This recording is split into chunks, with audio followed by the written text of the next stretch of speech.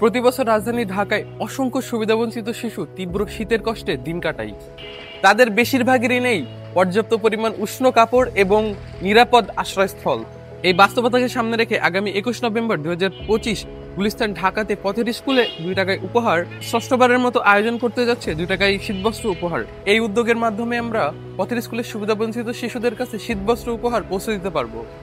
এই আয়োজনের মূল লক্ষ্য হলো পথের স্কুলে সুবিধাবঞ্চিত শিশুদের মাঝে শীতবস্ত্র পৌঁছে দেওয়া।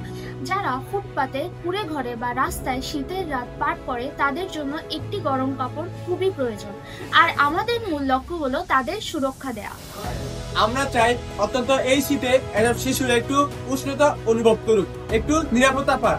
তাদের এই ছোট্ট জীবনের কষ্ট কমাতে আমাদের এই উদ্যোগ একটি গুরুত্বপূর্ণ ভূমিকা রাখবে। মানবিকতার স্বার্থেই আমরা এই শীতটাকে তাদের জন্য একটু সহজ করতে চাই।